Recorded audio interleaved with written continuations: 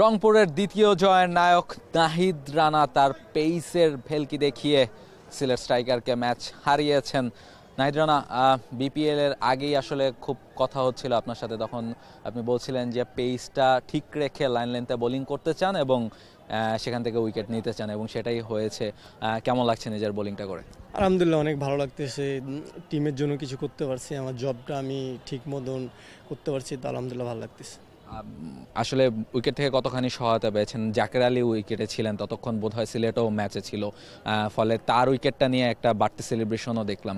তার উইকেটটা আসলে কতখানি ইম্পর্টেন্ট ছিল? হ্যাঁ, অবশ্যই। ধরেন জাকের আলী স্লোয়াগে অনেক ভালো ব্যাটসম্যান, তো সে আউট হয়েছে, তখন তার আগে আমরা একটা 6 মারছিল, তো তারপর আউট করার পরে এমনি নর্মালি সেলিব্রেশনটা ভিতর থেকে আসছে।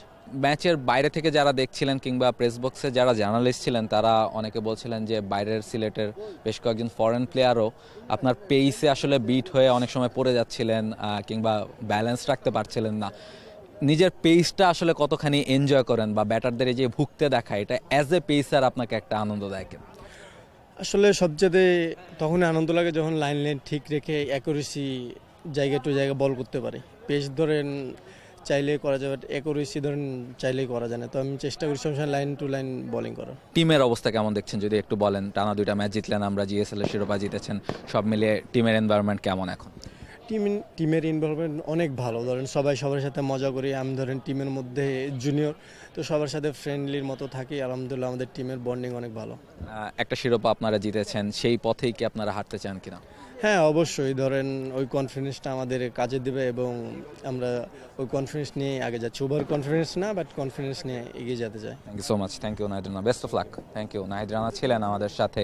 তিনি বলছিলেন যে লাইনটা ঠিক রেখে তিনি যখন বোলিং করতে পারেন, সেটাই তাকে অনেক বেশি আনন্দ দেয়, বা সেটাই তিনি বেশি এনজয় করেন। নিজের পেসটা তো তার ন্যাচারালি আছেই, সাথে সাথে লাইনটা যেন অ্যাকুরেট থাকে, সেই চেষ্টাটা সবসময় তিনি করেন, যেন আসলে ব্যাটারদের আরও অনেক বেশি ভুগতে হয়। ফলে লাইন লেন্থের নজর দেওয়ার কথাটা তিনি আগেও বারবার বলেছেন, আজকেও তাই বললেন, এবং দলের কথাও ঠিক যেমনটা বলছিলেন যে যেহেতু তারা একটা শিরোপা জিতে এসেছেন এবং বিপিএলের শুরুটাও দারুণভাবে হয়েছে, ফলে সেই রিদমটা তারা ধরে রাখতে চান, এবং আরেকটা শিরোপা অর্থাৎ বিপিএলের শিরোপায় নিশ্চয়ই এই দলটার চোখ থাকবে। অন্তত প্রথম 2টা ম্যাচে তারা যেভাবে পারফর্ম করেছে, ফলে শিরোপাটায় তারা নিশ্চয়ই চোখ রাখবে। এখনও বিপিএলের অনেকটা পথ বাকি, সেই পুরো পথে কি হয় কি ঘটে সবকিছু জানতে হলে, দেখতে হলে আপনাকে চোখ রাখতে হবে টি স্পোর্টসের পর্দায়।